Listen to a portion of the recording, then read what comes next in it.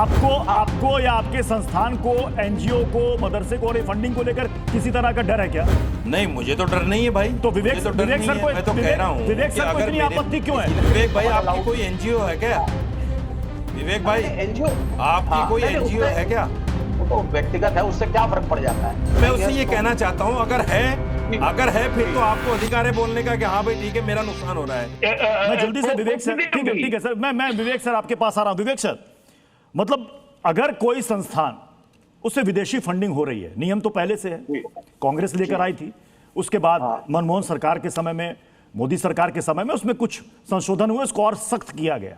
उस वक्त कोई विरोध नहीं हुआ, लेकिन अब जब संशोधन आ रहा है तो इसको लेकर विरोध क्यों? अगर आपके पास डॉक्यूमेंट सही है, आपके पास सारी ऑडिट सही है, तो फिर डरने की आवश्यकता क्या है?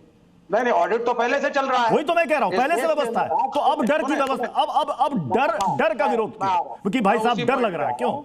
ये कैनेडी साहब ने एक स्टेटमेंट कहा कि साहब हमें मोदी सरकार पे विश्वास नहीं है। I agree with that.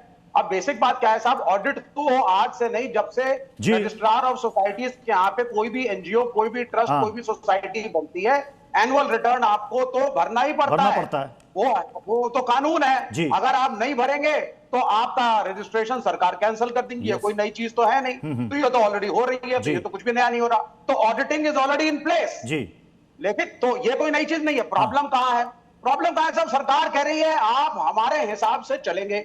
अगर आपको डोनेशन बिहार के लिए मिली है और बाई चांस बिहार में बाढ़ आ गई, आप वहां कंस्ट्रक्शन के एक्टिविटी नहीं करा पाए, अब आप चाहते हैं उस फंड से मध्य प्रदेश में कराते, तो आप नहीं करा पाएंगे। आपको हमें अप्रोच करना पड़ेगा, हम आपको बताएंगे आप करेंगे या नहीं करेंगे। उसके बाद सुनते रहिए जरा। सर एक मिनट प्रेम शुक्ला जी को और विवेक जी को एक साथ रखिएगा स्क्रीन पर।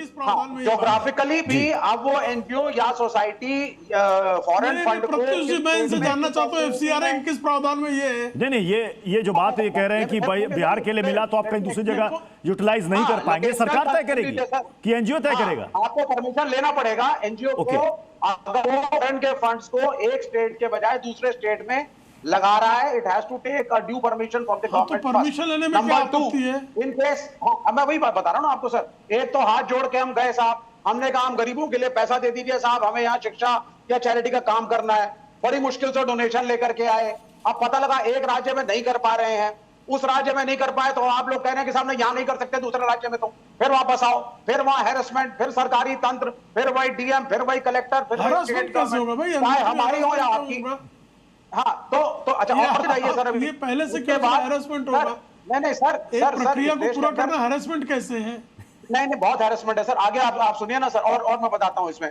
दूसरी बात क्या है साहब, अगर आपका रजिस्ट्रेशन कैंसिल होता है तो आपके सारे assets, everything will be confiscated there and then. इसके ऊपर हमारा बड़ा स्ट्रॉन्ग ऑब्जेक्शन है। आप उसके अंदर से ड्यूज निकालिए, ड्यू प्रक्रिया को फॉलो अप करिए, ये भी एक हमारा बहुत बड़ा एक केस के अंदर ऑब्जेक्शन है। तीसरा, जो मंशा है सरकार की, जो हमें लगा जो संघ की एक मंशा है, दे आर टोटली अगेंस्ट कोई भी charity activity by Christian missionaries और बाय मदरसा, क्योंकि इनको लगता है वो आकर्षण का केंद्र बनेंगे। उनको देख करके विवेक जी, आप जो कह रहे हैं मदरसा, यहाँ पर साजिद रशीदी वो कह रहे हैं कि हमें तो कोई विरोध नहीं है, हमें किसी बात का डर नहीं है। साजिद रशीदी जी, आपको या आपके संस्थान को, एनजीओ को, मदरसे को और ये फंडिंग को लेकर किसी तरह का डर है क्या?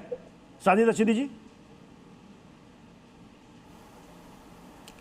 नहीं, मुझे तो डर नहीं है भाई। तो विवेक सर को, मैं तो कह रहा हूं, विवेक सर को इतनी आपत्ति क्यों है? आपने शुरुआत में कहा कि इस पर कोई आपत्ति नहीं होनी चाहिए, विवेक जी को इतनी आपत्ति क्यों है? देखिए इसके अंदर नहीं, और भी हो सकता है इनके पास काला धन हो जो ये बताना ना चाहते। साजिद रशीदी जी को और विवेक जी को एक साथ रखिएगा स्क्रीन पर। हो सकता है इनके पास जी सबका तर्क जाना चाहिए कि अगर डर लग रहा है तो डर के पीछे वजह क्या है, और अगर प्रावधान में कुछ ऐसा तो उस पर भी बात होनी चाहिए। साजिद रशीदी जी को और विवेक जी को लाइए। प्रावधान सुनिए सर, जी प्रावधान सुनिए। इस सरकार ने कहा साहब forced conversion is in this country. Vivek भाई, आपकी कोई एनजीओ है क्या? विवेक भाई, एनजीओ आपकी कोई एनजीओ है क्या? वो तो व्यक्तिगत है, उससे क्या फर्क पड़ जाता है? उससे क्या फर्क पड़ता है सर?